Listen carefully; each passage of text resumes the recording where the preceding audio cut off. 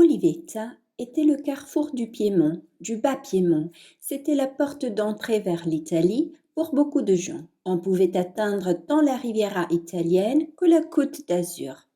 Olivetta San Michele est un village frontalier et comme ces derniers, il se distingue des autres villages à cause des opportunités différentes qui s'offrent à eux, mais aussi à cause d'une géographie et d'une histoire marquées par des interruptions et des suspensions. Les gens d'ici raconte ce qui s'est passé pendant la Seconde Guerre mondiale avec la quasi-destruction des villages d'Olivetta et de San Michele et la division de la commune après des siècles d'unité avec les anciens villages de Pena et de Libri qui sont passés à la France. Seuls sont restés en territoire italien Olivetta appelé Piron en dialecte local, San Michele sur la route nationale de Tende et le bourg de Fanghetto du XVIe siècle, heureusement intact.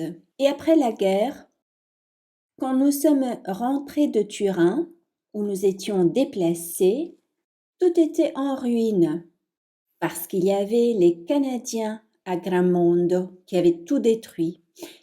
Ils ont fait une procession avec le saint au milieu des décombres. C'est une chose caractéristique et belle.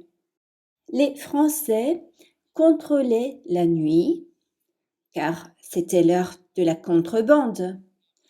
On amenait du sucre, du riz, et on rentrait avec des bananes et du papier à cigarette.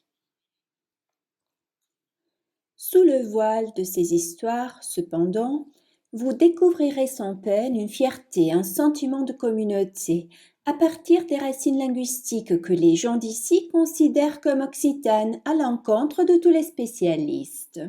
Mais la fierté de ces gens est ancestrale. Prenons l'exemple des femmes qui, jour après jour, ont réussi à procurer les matériaux nécessaires à la construction de l'église. Les femmes qui montaient à la messe à Piena, elles venaient d'en bas et portaient une pierre sur la tête qu'elles laissaient ici pour la construction de l'église. C'est ainsi que l'église a été construite en peu de temps. Des histoires, il y en a de très anciennes et terribles, comme celle-ci. Je n'ai trouvé que ce nom, Barbetti.